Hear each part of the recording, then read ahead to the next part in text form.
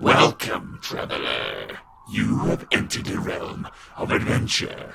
Prepare yourself for tales from beyond the dice. Welcome back, friends and adventurers and friends. Now, this is the part where I'd usually do the whole Beyond the Dice is a blah blah blah blah blah. But instead, you know what? We're going to play Dungeons and Dragons. It's in 5th edition. It's in a custom setting, a cyberpunk setting called New Ettica. I'm your Dungeon Master Luke, and your players are... Ben, I play Cortaine, human fighter for justice. Is that what you're doing? Alright. Well... It's not good enough? Man, this is a crisp type intro. Yep. Anyway, tonight I am playing Spigs. He's the family man that everybody loves, and the best mechanic in the Dark Havens. Also, your name's Peter. Oh yeah, by the way, I'm Peter. I don't know if you've forgotten. It's been a while. It's been a while. Is that all you got, Peter? Was that your intro? Putting the shade over at me? I'm Trav, and I play slightly less little, because I feel like he's grown up a little bit. Little Moss. No, it hasn't changed. I'm Levi, and Crux hasn't released my character. He's stuck in the void, so you might find that out later. But yeah, Levi. Okay, so this is what we would probably call Season 3, because Tree Reach was supposed to be a mini-series, but I thought it was too good to be left as just a mini-series, so we pushed it to being Season 2, because it was great and wonderful and fun and great, and thanks, Peter. No, you're welcome. So great. It was awesome. What happened previously? I'll recount it for everyone here. No need to roll, guys. Put your d20s down. Put it down. No. I got one that's rigged. I thought Ben was going to go for 4 in a row. All right. Nah, don't do it. Save that roll, because you'll probably get a 20, and then the next roll you'll get as Cortaine will be a 1, and then we'll all laugh. I won. After coming together as a merc squad, the party takes on their first mission: to protect a van and escort it, but along the way they fight some goblins in a gang led by a bugbear. They unfortunately break protocol, open the van and find the banshee inside, and she punishes them for it. The party deliver the bugbear who tried to stop them, and deliver him to those who hired the mercs. Spigs hears that his son has been detained for some petty crimes, and he leads the party to the security center and causes a ruckus, getting himself tased. We meet some of the Order of the Aegis, a crime-fighting organization in Darkhaven that Cortaine is aligned with. Little Moss, Spigs, and Gage meet up at Terry's Diner, where they fight some goons of the Edict of Eye, a new criminal syndicate. Cortaine arrives late, and the party meets Mecha Bugbear, as he takes on those in the diner, burning it to the ground. The party is knocked unconscious. Gage wakes up in the hospital, where 2 detectives try to pin the deaths and the explosion at Terry's Diner on him. But he quickly proves his innocence, as well as gathering information on those people who attacked them. The party takes on a mission to bug a local club. They case the place, and later break into the Knights Club, which, unknown to them, is a business run by the Edict of Ire. During the heist, Cortaine acts as an influencer, jumps up on the stage, causing a scene as a distraction. After the heist, Spigs is identified by some gangsters who pass on the information to the Edict. The Edict break into his shop and kidnap his wife, Glist. The party speeds after them, finding themselves at an old abandoned bowling alley. They fight some goons and make their way inside, where they meet a high-ranking member of the Edict, Turbo. He escapes with Glist. The party meets with the Edict and are told to retrieve the various things they stole from the Knights Club in exchange for Glist's life. The Order of the Aegis are attacked and almost completely wiped out. The party investigated and tracked down the items they stole. They ended up in the Dark Haven Library. And this is where they met Lorien the Gnome and Dune the Goliath. Lorien shares with Spigs the fact that his family were once keepers of law. The party share with Lorien that they need the keys that he has to save Spigs' wife. So Lorien puts a spell on the keys so that he is able to track them from a long distance. The party hand in the keys and the various items that they had stolen to the Edict, and they save Glist. The party takes on another mission to steal particularly exotic cars from an underground fighting ring, and they succeed, but they are chased by the Displacer, a masked vigilante. Little Moss sends the party away to finish the mission. He decides to take on the Displacer himself, but gets his butt whooped. The remnants of the Aegis are attacked, and the party rush to save them. They meet Mecha Bugbear once again, this time facing him with blade, spell, and bullets. Luckily, Mecha Bugbear is destroyed, but Cortaine loses his hand. They receive a call from Thundergunk. He's in trouble, so they head to the bookies where he last was. They find Thundergunk, Brax from the Edict of Aya, and some others being held hostage by a rival gang. They save them, destroying the gang, and Cortaine injures Gage as Gage steps in the way, blocking Cortaine's attack on Brax from the Edict of Aya. Brax rushes Gage to Exocorp to get healed. On the way, Gage has some weird flashbacks and arcane convulsions. He decides to stay in the hospital to heal. Not long after, Lorien calls telling the party that the keys are on the move. The party follow them and chase the Edict of Aya down the highway where Turbo is dispatched. The party battle Edict mechs out the front of Ultradie Incorporated Tower. They make their way up to the top of the building, chasing the Banshee as she has the keys. As they enter a huge room holding a mutated giant creature that is being contained by Ultradie Incorporated, the Banshee fires an explosive arrow, releasing the beast. Cortaine kills the Banshee, collects the keys, and the party focus on the huge beast. During the battle, the building is damaged and the creature falls out of the side, falling to the ground. Little Moss and Spigs jump into a rescue hovercopter as Cortaine flies to the ground with his rocket boots. The top of Ultradie Incorporated crashes to the city below. The Displacer watches this calamity in the distance.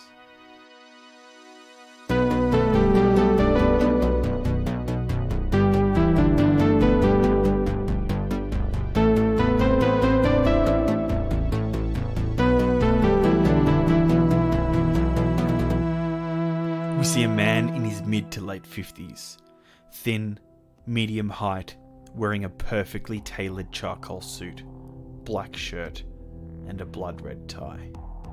A silver tie pin with a glowing white cursive letter K is the only adorning accessory on his person. His white receding hair comes to a sharp point at the front.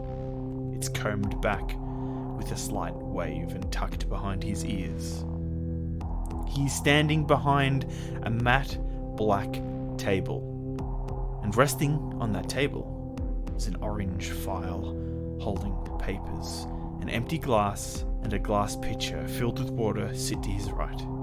This dark room he is in is lit only by red lights, and in front of him, beyond the table, rests a slightly curved matte black panel stretching across the width of the room. 9 people sit behind this panel.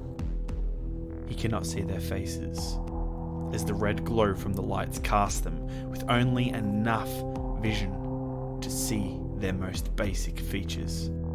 These people are very, very powerful, and he has come to see them. This panel of 9 people are the Sellsword Tribunal. They're an ancient and seemingly everlasting organization that governs mercenaries within New Ettica and most of the other megacities. They created the laws surrounding the use of mercenaries in operations both macro and micro. They hold the registrations for all legal working mercs, and they protect their members. When it comes to mercs and those who hire them, the Sellsword Tribunal act as the government. They act as judges, enforcers, and their union. One of these judges speaks up, and their voice echoes through the speakers in this dark room. The tribunal judges your case. You and your syndicate will be required to follow the restrictions we deem necessary. Mr. Castor, you have broken the laws of the Sellsword Tribunal, and various clauses of the contract you signed when hiring a mercenary in New Ettica.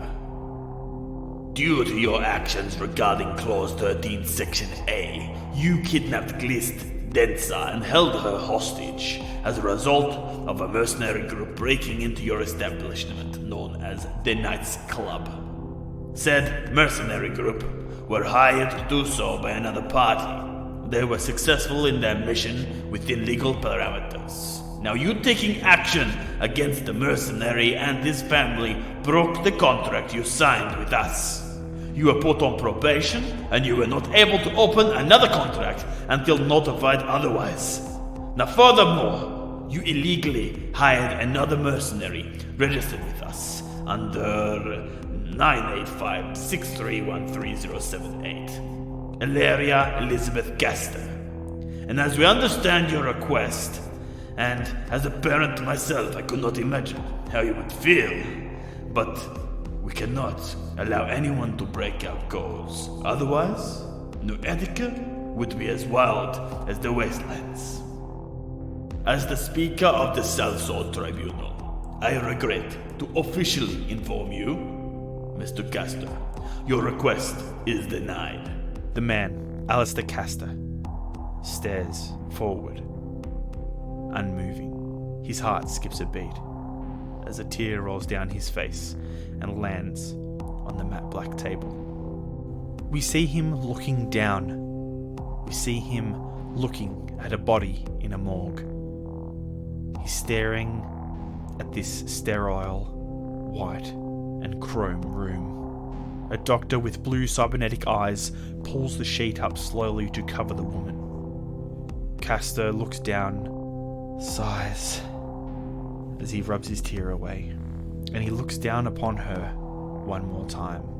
And it was going to be the last time he was ever going to see her. As he sees her pale skin, her blonde hair, and her one remaining blue eye, he's hit with deja vu. He's hustled through his memories, almost like he's thrown back in time. She looked almost exactly like her mother. The point of her chin, the curve of her eyebrows, and he remembered her ever-present smirk. Now he sees her, and he sees his wife, but 15 years ago, laying on a similar chrome table, riddled with bullet holes. Elizabeth, his wife, died because the rancid tumour they called Darkhaven couldn't control itself. This cesspool of a district had to piss all over everything that was good. And all she wanted to do was help Darkhaven. And what did it do? It repaid her with ballistics. He gave her the means to be out there, helping them, and she died. And once again, he gave Ilaria, his daughter, the means to help him execute his plans. And she died, taken by those same mercs from Darkhaven. Spigs Densa, Little Moss, and Cortaine Dennis. He watches the white sheet cover his only daughter. He stands there in the bright white light, staring at the shape of her head under the cotton. I'm so sorry, Mr. Castor. Shall I have her sent to your estate on the Ellipse? The doctor says. Please. Alistair says nothing else. He walks out of the room and out into the hall. A young man sits on some chairs just outside the room. He's wearing a long grey coat, white gloves, and clear aviator frame glasses. Behind them, his augmented eyes glow green. Little dots from tears spot his jeans. His hands are palm up, and in them rest an advanced arrowhead. He is watching various live feeds in his AR vision. One of the videos shows a dwarf, half-orc, and an armoured human climbing into an ultra-die incorporated transport vehicle. Another feed shows the Knights Club. Another one, a small gadget shop called Denser Wares. Another is code compiling, running rapidly across his vision. As he sees his father walk out into the hall, he stands and says, I'll ruin them. Alistair Castor stands up straighter and yells, No, you will not. You will not make a move against them. They are protected by the fucking tribunal, and now Ultra die. But father, what they did to Ilaria, I want to make them I pay. fucking said no. Keep working. Do what I asked you to do. Focus on the task. We have a bigger picture to consider now. Yes, father. The two casters make their way down the hall. Let's go see how Turbo is doing.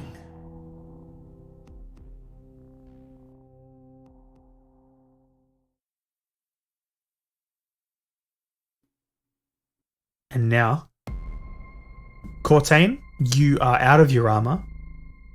You are sitting in this small room, very Spartan. There is a sink, white walls, grey floor, grey roof. There is a mirror, a bed, a little toilet cubicle, a desk with like a computer on there, the little fold-up laptop screen that just comes out of the desk.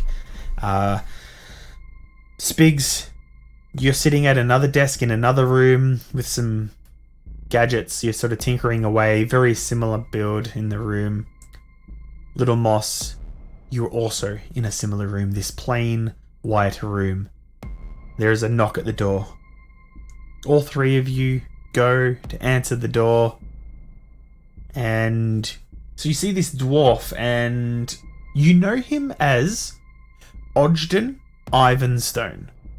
He is your appointed lawyer from the Tribunal of Sellswords. This body, this government that watches over, protects, acts like the judge and jury and the union for mercenaries. Not just in New Ettica, but in basically all of the civilized cities. You follow him. He's wearing a black suit, this dark skin, black beard with sort of white streaks through it. These dreadlocks that are tied back with this impressive looking golden band. His dark eyes. You follow him down the hallway, and one by one he brings you into this large room. White floors, white ceiling. The walls are this, like a frosted mirror. In the center of the room, there is a long mirror chrome table with chairs. There are 4 on each side. So Spigs, you enter the room, and Cortaine is sitting in his chair, in his simple sort of clothes. He's got no weapons, no armor on him. Little Moss is sitting in there too. Ogden Ivanstone brings you in, sits you down, and he says, Now, have you read this NDA? and he slides over a tablet. 1, 2, 3. These 3 gloss black tablets. He taps on the screen, and then projecting out of the screen, there's a holographic, basically PDF, this white document with all these words across it. I thought that's what we paid you for. Yeah, I've read it, but you'll have to read it too.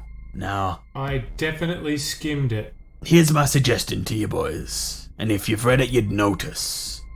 You're gonna be okay if you take the NDA. If you don't take it, to put it lightly, you're fucked. Now boys, so I can help you to the best of my ability, I need you all to tell me what the fuck you were doing breaking into Ultra Die Tower. The truth. That's not fair. We didn't break in. What are you talking about? We followed one of the people in, didn't we? Yeah, we were. Yeah, man. We were apprehending a criminal. Yes, but you didn't have any permission to wander into Ultra Die Incorporated. I don't think we broke into Ultra Dine Incorporated. We walked in the front door. Exactly. We might have broken out of it. There are terabytes, Cortaine Dennis. Terabytes of video that shows you slashing and destroying property owned by Ultra Die Incorporated. That's breaking in, if you ask me. If you're breaking the floor and you're breaking the walls, and you're blowing up shit inside, that's breaking in. You don't have permission, that's breaking in. I know you believe you're doing the right thing, but I'm here to protect you, so I need to know the truth. You were chasing some people down. I hope you don't admit to those things in the court case. Oh no, this is gonna stay between us. Mate, I don't know what terabytes you have, but I literally stopped at reception, spoke to the receptionist, she gave me a card, and then I took an elevator to the top floor. That's true. So I don't know what you're talking about. We had the security key to get up there. That's true, alright, I'll give you that. So these people you're chasing, who were they? All their bodies have been destroyed, blown up, nothing left of them. Who were they? The tribunal needs to know. Members of the Edict of Ire. The Edict of Eye. Criminal group down in Darkhaven. Okay. He taps away on a little sort of circular device. He's got like a tablet, but it's sort of, just a circle. Taps. We don't know much about them, we just know that they're bad news. We've had a few run-ins with them before, and they've made lots of threats. So they don't seem like good people. Well, if that's the case, if they keep aiming for you and gunning for you, there won't be a problem. The tribunal will stand in and protect you. Give me 1 second, boys. I've got a call coming in. He stands up and pushes his chair in. He walks away. He puts his sort of circular tablet away and then pulls out a glass communicator. All of this sort of holographic and augmented reality sort of lights and projection displays across the glass. He taps away, places it next to his ear. Yep, that's right. I've done talking to my clients. You're ready to come in. Yeah, right now if you like. He puts the communicator away in his jacket pocket. He's standing there looking towards the door that you guys entered in. And 2 suits walk in the door. An elf and a human man. The elf has short, parted, blonde hair, tan skin, purple eyes. They're wearing this almost black purple suit with this red tie. They take a seat at the table without saying anything, and the elf just stares across the table at you, Cortaine. Ogden then takes a seat next to him, and the human man, very, very pale. He's got brown hair tied back in a ponytail, cybernetic eyes that are glowing green, and these sort of augmented lines down his face glowing that same green. They run down from his head, vertically down his eyes to his cheekbones, and then cut right across to his ears. The elf says, "So I'm told you have read your NDAs." And he arcs his eyebrow looking at the 3 of you. "And you've had a discussion with your lawyer? Now, it is a lengthy document." He turns his head, looking at Spigs. "And in the case that you haven't seen one of these documents before, I'll make this as concise as I can. You took part in a high-speed chase from M77 Highway to the Ultra-Die Incorporated Tower in Central District. A battle of sorts took place in our entrance courtyard where you destroyed 2 mechs, military-grade mechs, and some street criminals. You all then entered our property without permission, and somehow you convinced one of our security officers, Sarah Saunders, to give you a VIP visitor's pass. You," points to Cortaine, "you damaged building security systems, wall and floor structures in various levels, breaking into highly sensitive research laboratory and fighting with an individual called the Banshee, from what we can surmise. You have laid eyes on Specimen F, which, to be frank, is a top secret research program. Now, this Banshee caused damage to the containment chamber holding Specimen F and released it. Is this sounding right so far? Anyway, in the events that followed, Specimen F destroying various struts causing the structural damage to the top 20 floors, not to mention the deaths of some of our most valued scientists who were researching this Specimen F. You then turned Ultra-Die property into an arena and murdered the Banshee. the top section of our building collapsed and Specimen F was exposed to the public as it fell to its death. After the extensive rescue operation and a few weeks of containment, we are here. Let's say you have caused a lot of trouble for us here at Ultradie, and even more for yourselves.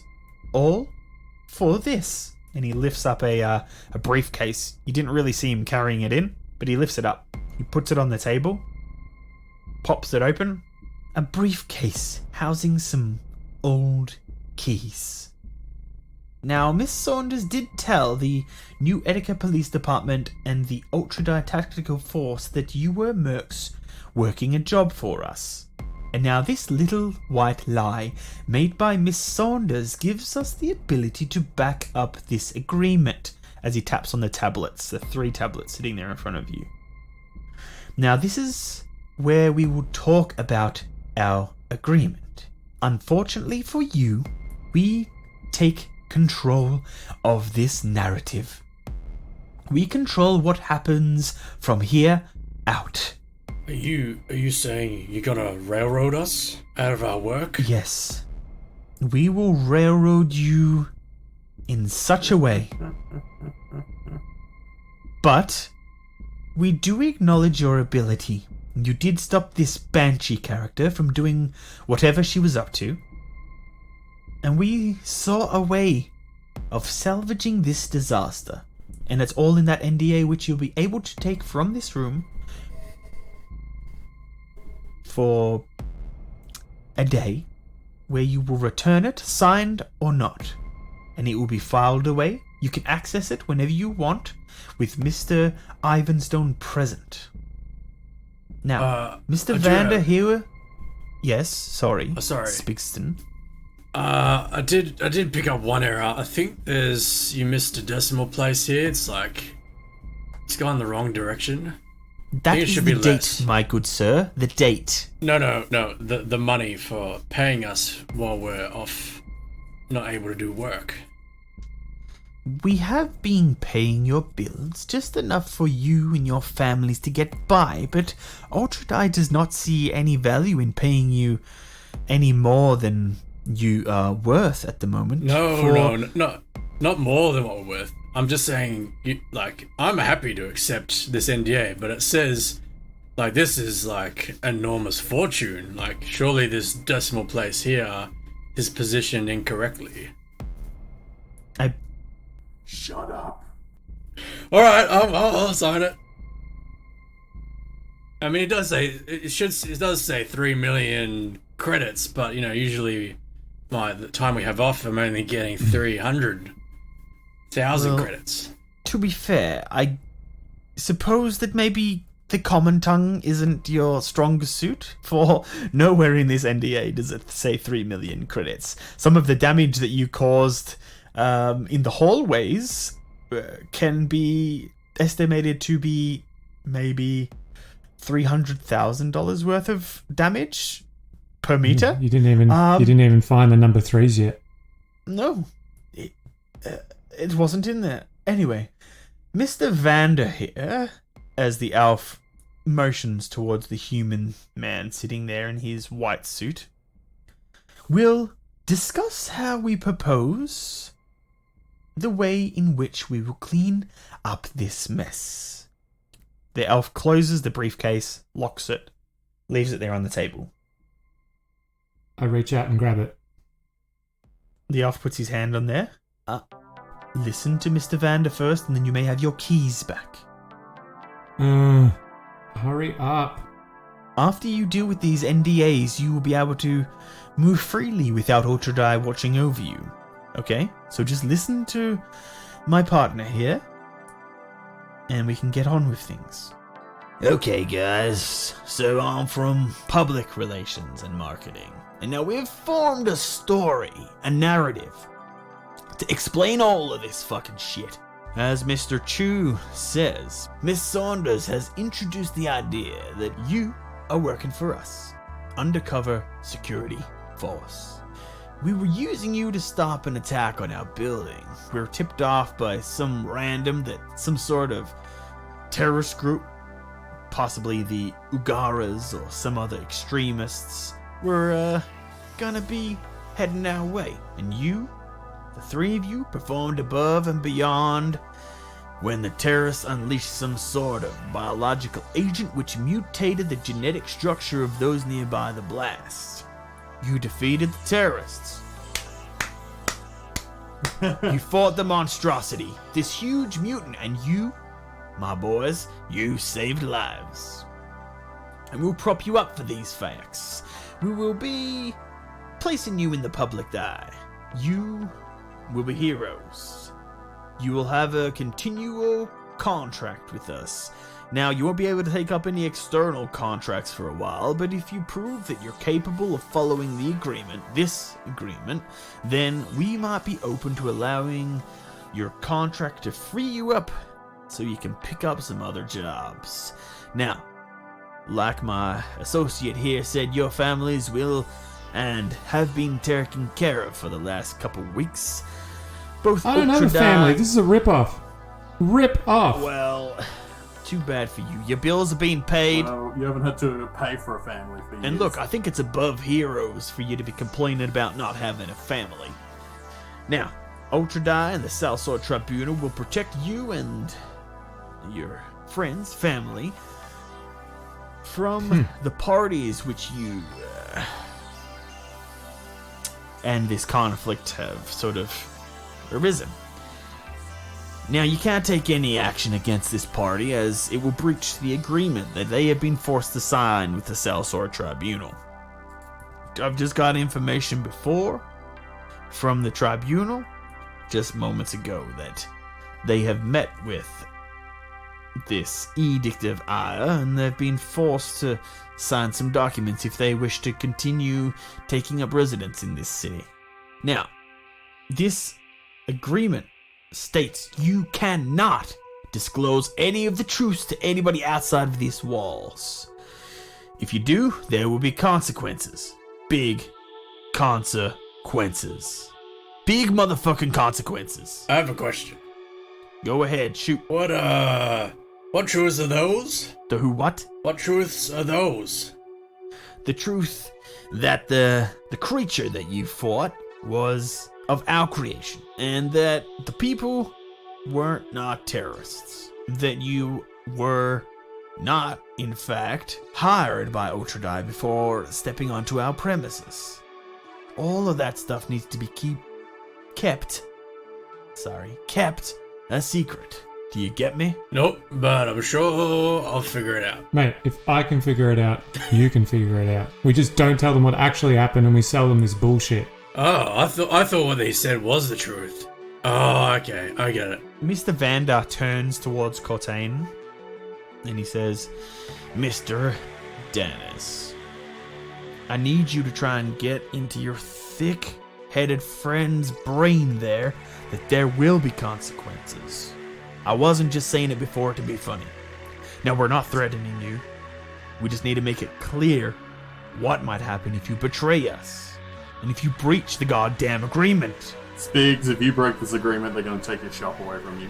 My shop! Ultradie is more powerful enough to do more than take a shop away. You're gonna take more than my shop away? We'll make sure you won't do any business in this city ever again. You and your whole family. So you can listen to me here, Mr. Denser. You just stay on retainer. You do what we ask. You take some time off over the next couple months. Spend time with your family. Go out to the TV stations, go out to the radio, the podcasts, the movies, whatever you want to do. You keep the secrets. You spit out these lies we'll be giving the people. You may even be sent on some merc jobs if we find it relevant. And now, even if you cease doing mercenary work, this contract is binding. Any other individuals who join your crew will have to come and sign this agreement until it's run its course.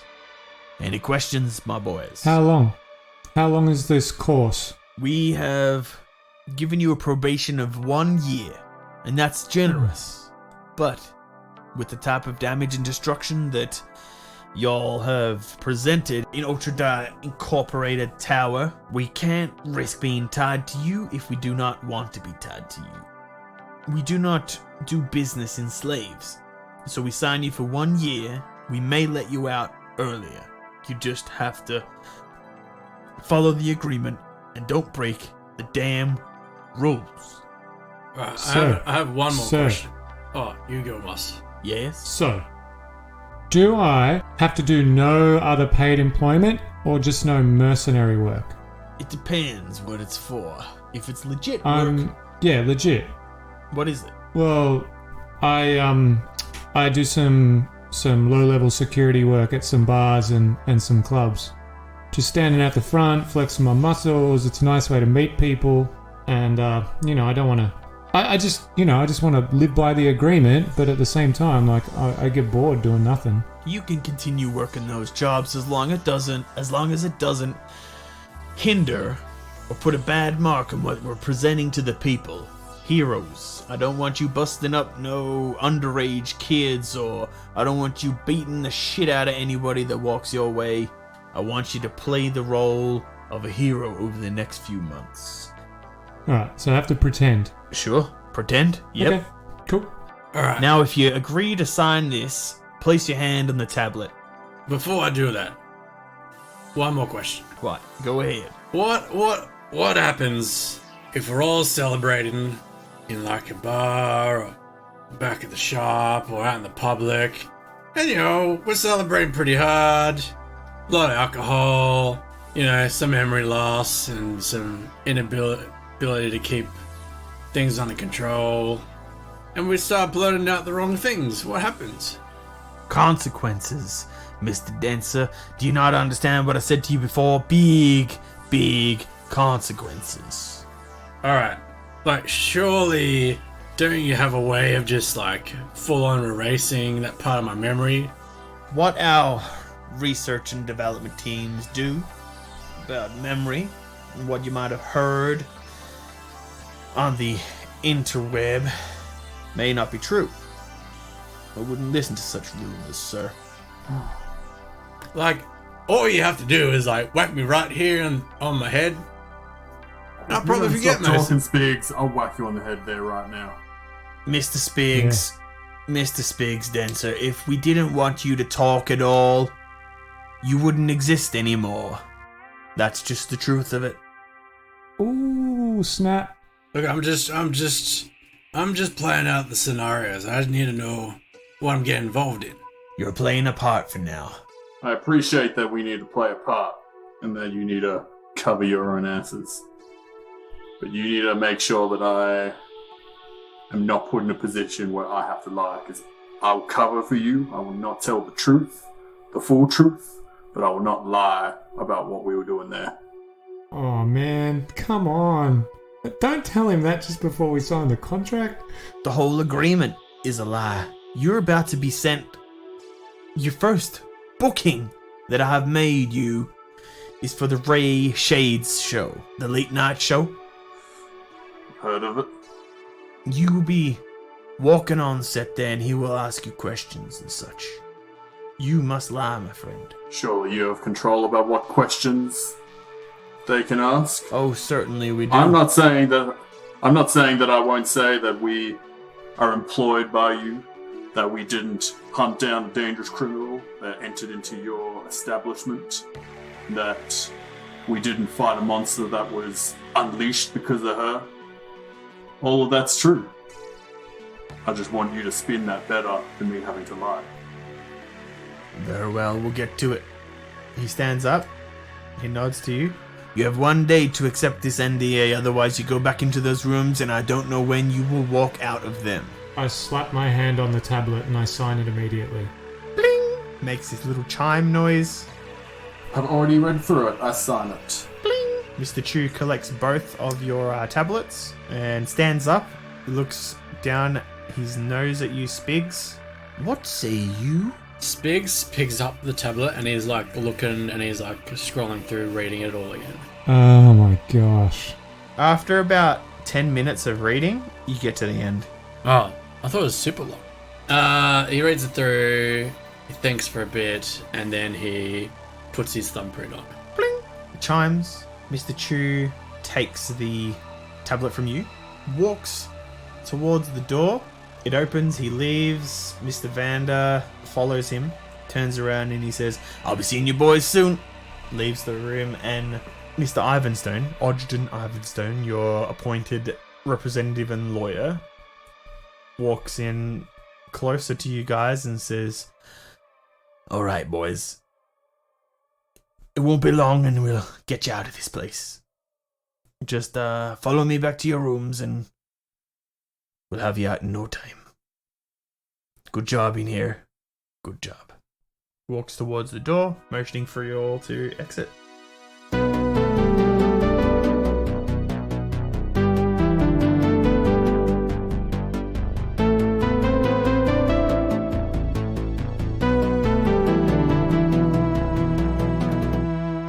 Dark room with a small stage and a huge screen showing the landscape of New Ettica. We see buildings and lights and like glossy black pyramids with beams firing out of the top of them. These huge overpass highways and these multi-level struts, which are these buildings with more buildings coming out of these big plates that surround them. And you guys can just see the tops of the Darkhaven buildings reaching up against these plates that are poking out of the higher parts of the city. And in the middle, across the vision of New Ettica, this cursive writing flicks onto the screen saying the late night show, Ray Shades. The camera shifts to a goblin with a grey suit on. He has parted white hair, black rimmed glasses.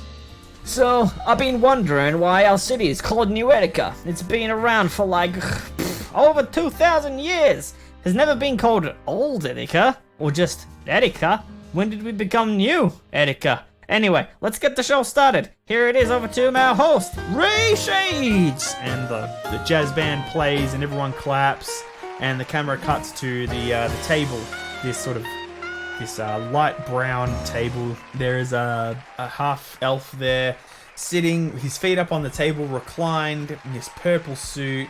This graying black hair, slicked back. He's got some big black glasses on. Thank you. No, seriously, thank you. Our first guest tonight saved a whole lot of people only a few weeks ago. They put a stopper in a terrorist attack, which included 2 battle mechs and some big biologically engineered mutant thing. Oh, and they also survived the partial collapse of Ultra Die Incorporated Tower. We welcome our first guest, and then you hear a drum roll. Cortaine! Yeah, the crowd starts clapping and cheering. You walk out on stage, Cortaine. What's your demeanor right now as you're walking out on the stage? I'm wearing a sweet suit. I just walk out, just give them just a bit of a wave, just kind of the stiff upper arm, but just a little bit with the hand. And then I just kind of straighten up my suit and then walk out very composed. All right. He gestures towards the large, sort of curved grey couch there. Spigs! He shouts out again. And Spigs, you walk out on stage. Spigs is kind of like blinded and he's like holding up his hand. He's also wearing a grey suit, but he's also wearing like a bowler hat over the top of his hair. And he kind of like stumbles a bit and is like a little bit lost and like looking around, trying to peek at the audience, but it's too much lights. All right, you go and you sit down on the couch, and then Ray Shades yells out once again, "And our final of these 3 mercenaries, Little Moss!" And everyone claps and cheers. So like Little Moss like bursts out onto stage at a run with like both hands in the air blowing kisses at the audience. Cool is rolling across in a banner-like fashion on his shades, which he's still wearing even though it's nighttime.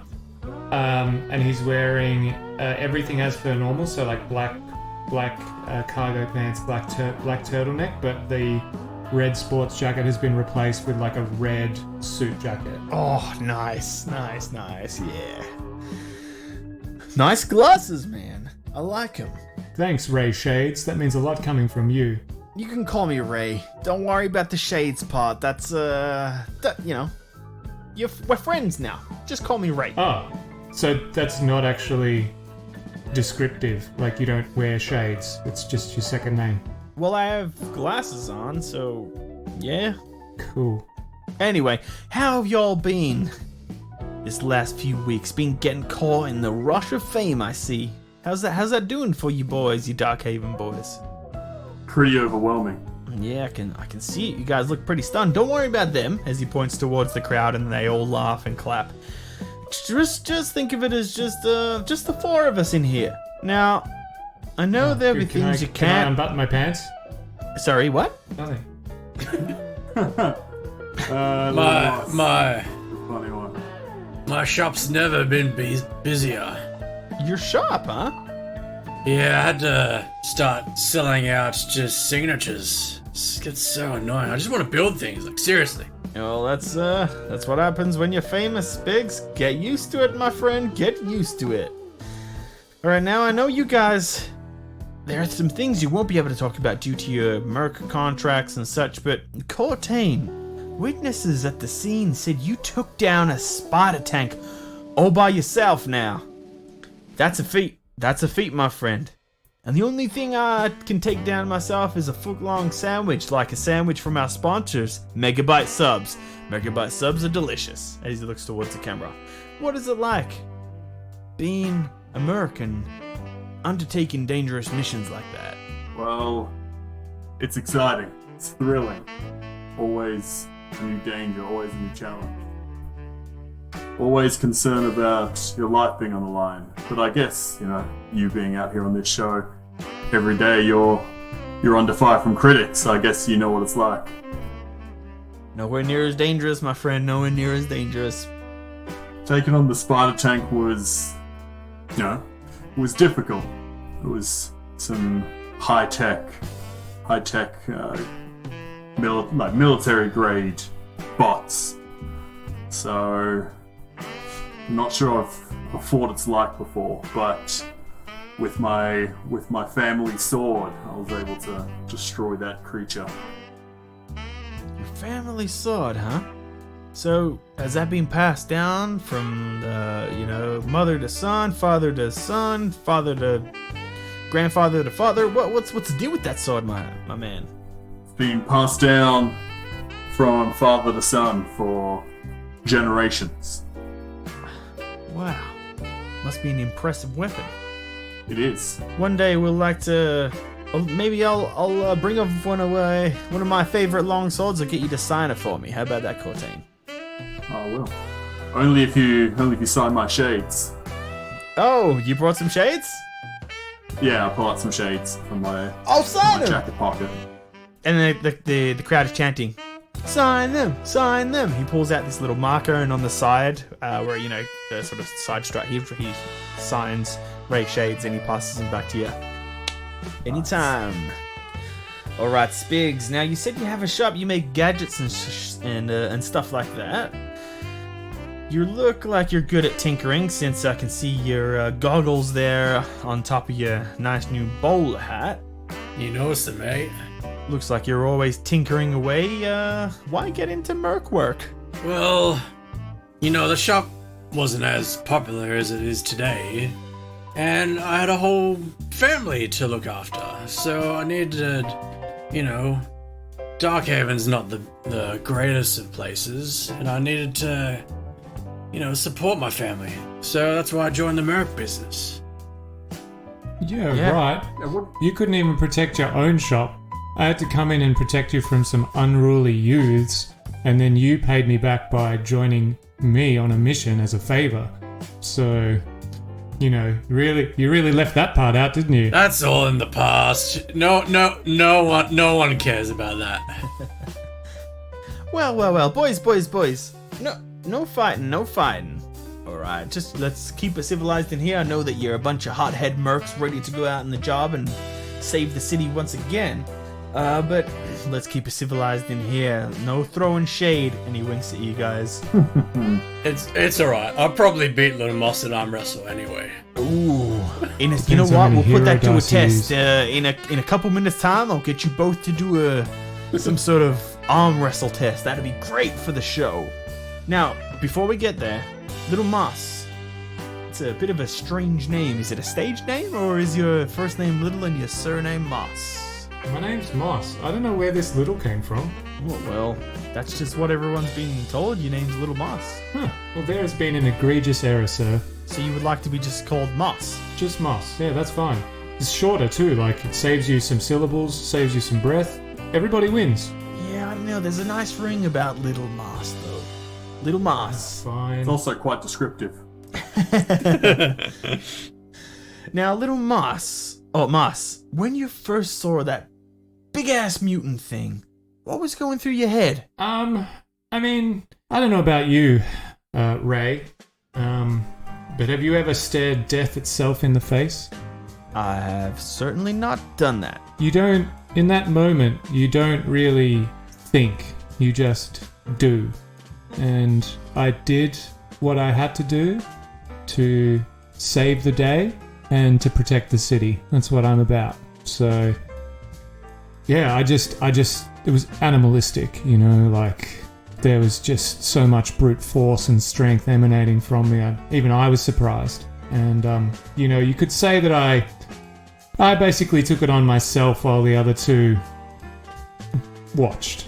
That's a So- filthy lie. I mean, I think I saw you hiding somewhere in the back, misfiring your silly little tinker gun, but yeah, like I said, you know, you don't think, you act, and that's what I did. Let's get this on, and then Spigs like jumps up and he like throws off his jacket's shirt. There are some snickers from the females in the audience. Oh, they got chocolates for him. Yeah, they throw snickers at you. Because they know you're going to need some help. Yeah, you need to bulk up.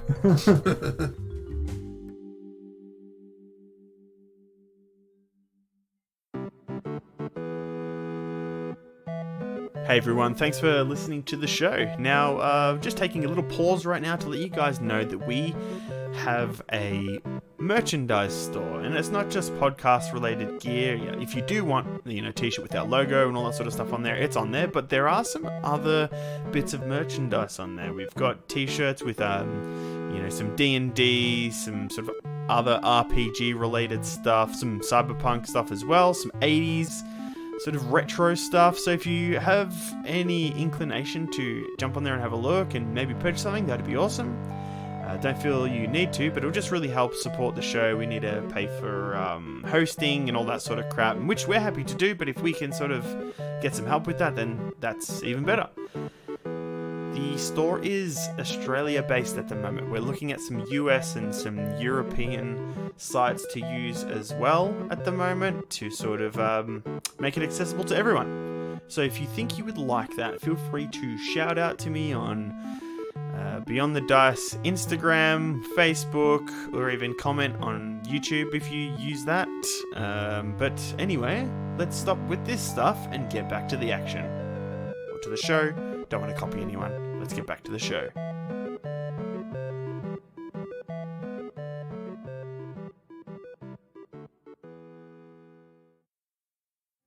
We see this dingy change room. Old green, dented lockers, scratches, marks, stickers, and graffiti line the walls. A worn steel bench runs down the center of the room. An old, square television, flickering with static, is hanging off the wall on an odd angle. 3 working tube lights are all that are lighting this room. Flickering, humming. A large, shadowed figure winds a dirty, blood-spotted bandage around his hands. He clenches his fists. Knuckles, cracking, echoes through the room. He turns his head to the side, it cracks. He turns it to the other side, it cracks. Stretching his muscular back, a halfling wearing a white suit walks into the room. His reflective silver shades show the entire room. You've got 3 minutes till you go on, you piece of shit. The halfling pushes up his sleeves, taps a screen embedded in his cybernetic arm and does a flick motion. The old screen above the lockers flicks onto life. A big red digital countdown reading 02 minutes 98 seconds starts to count down. The halfling walks out of the shadowed hallway. We then see an octagon arena surrounded by wire fence, steel beams that reach up 3 levels. Each level is lit with red light. The arena is dark. There is this very, very dull red hue. A rowdy, low-life crowd yells and chants on the lowest level. There's barely any room for them to move. They struggle to drink their alcohol. Some of them let free these huge plumes of acrid vapor and smoke from various drugs. Amongst them we see orcs, half-elves, humans, goblins, dwarves. They're all ignoring the arena for now. The second level isn't as crowded. The people here seem to be dressed in more crisp, cleaner clothes. Those individuals on the top are dressed in the finest clothes New Ettica has to offer. The highest tier of cybernetics can be seen amongst this crowd. They're adorned with all manner of high-fashion, high-tech devices. Some of the city's elite are amongst the crowd. This venue, unregulated by the megacorps, is basically illegal, but is known to be one of the most bloody, visceral, and deadly places to watch people fight one another.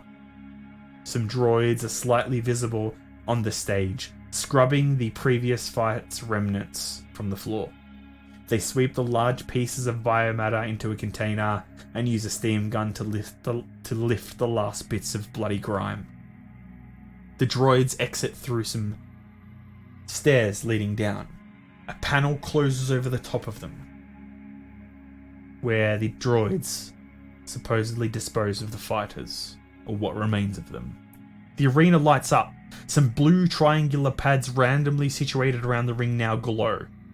Hover platforms at each of the levels begin moving in a clockwise motion, emitting purple light.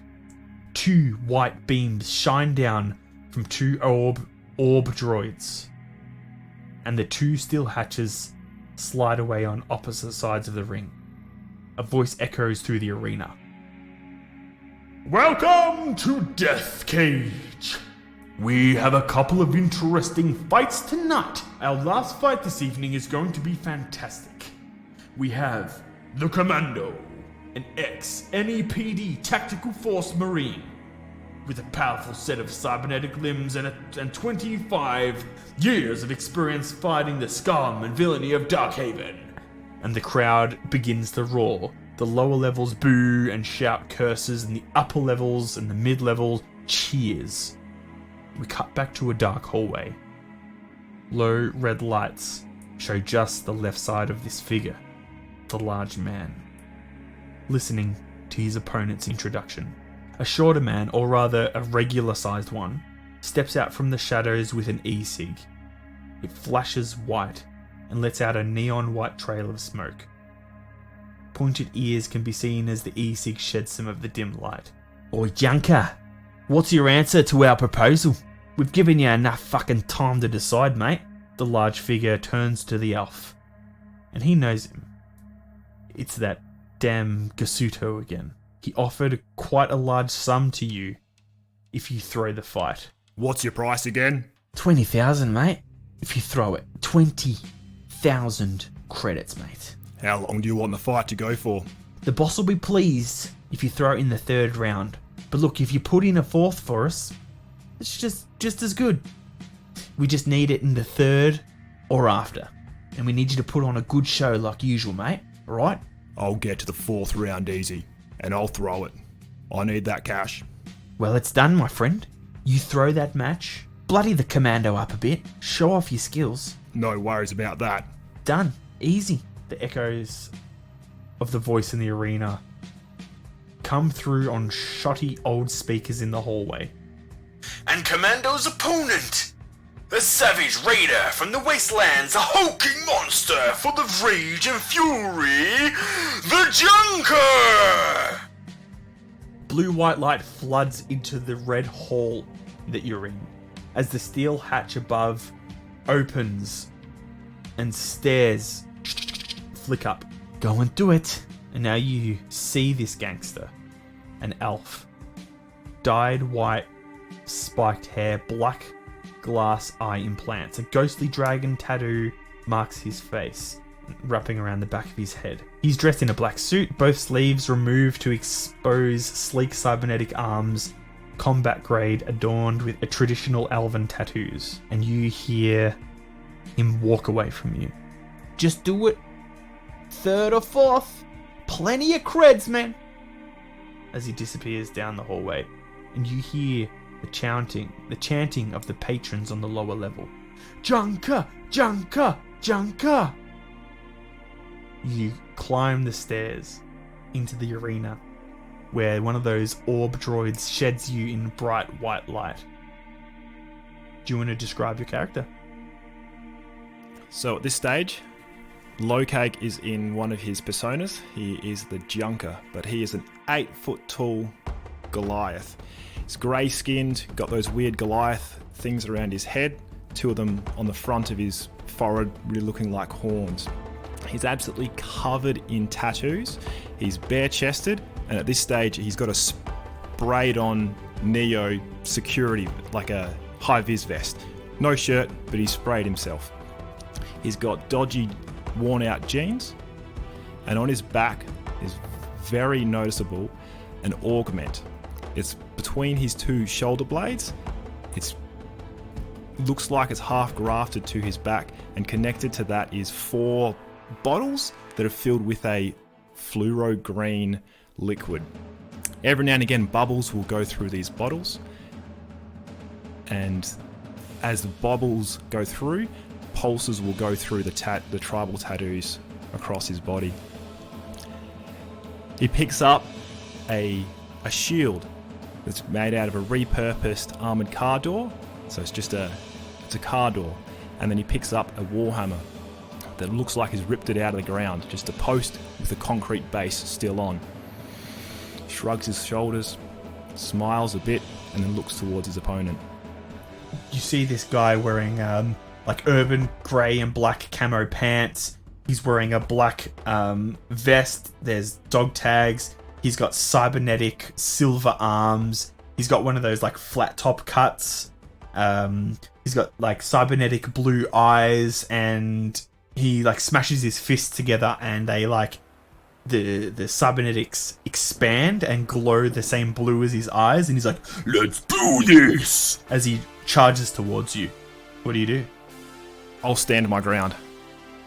He punches you in the stomach, punches you up into the chin, and we then look into the crowd, and we see another huge figure, Dune, standing there amongst all of the Darkhavians. He's in there with his white shirt, his wool vest, brown slacks. He has a fake mustache on and what looks like a toupee, trying to look kind of inconspicuous. He's wearing some dark glasses, and he's watching Locag fight.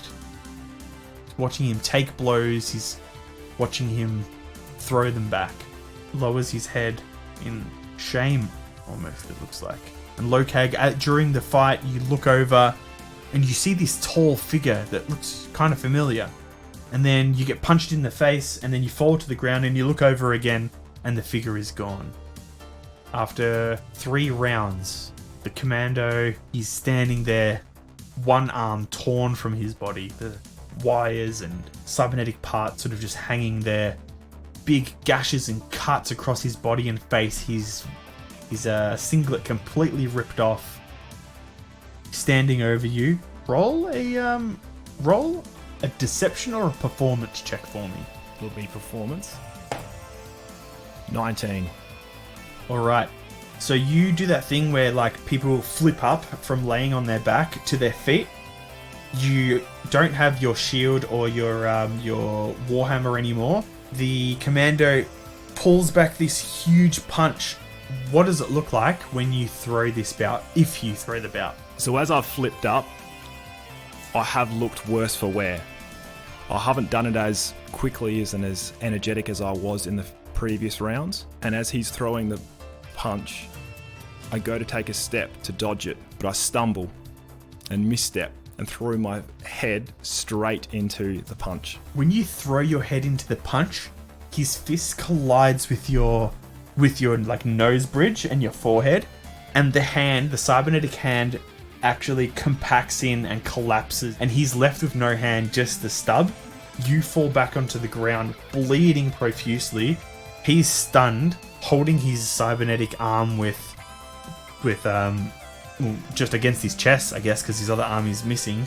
Standing there, heaving, he's wavering on his feet, looking down on you. It hurt you. It definitely hurt you. But you've still got some to give. But not for 20,000 creds. No way. You keep your eyes closed. And our winner tonight is Commando! You're back in that change room, taking off your wraps. Your knuckles are a little bloodied. You put the wrap against your forehead. Blood trickling down your nose. You look up at the old television and it's sort of flickering and stuff, and you see this show, the Tonight Show with Ray Shades, and you see these three people, supposedly heroes or some shit. They saved Darkhaven or some crap like that, even though the big fight that they fought was in Central District. You look up at them and you see this, pretty tall, muscular human, this huge half-orc, almost as big as you, but not as big as you, and this dwarf. And they're talking to Ray Shades and laughing and getting angry with each other and stuff. Then you look down at the rag in your hand, blood sort of covering the entire thing, and that half-elf walks in. Here you go, mate. Drops a huge sort of gym bag next to you. 20,000 creds, like I said. Catch you around. Cheers, mate. Have a good one, Junker. Pleasure doing business with you. See you next time. And that is where we'll leave it. Awesome. Okay, cool. Yes.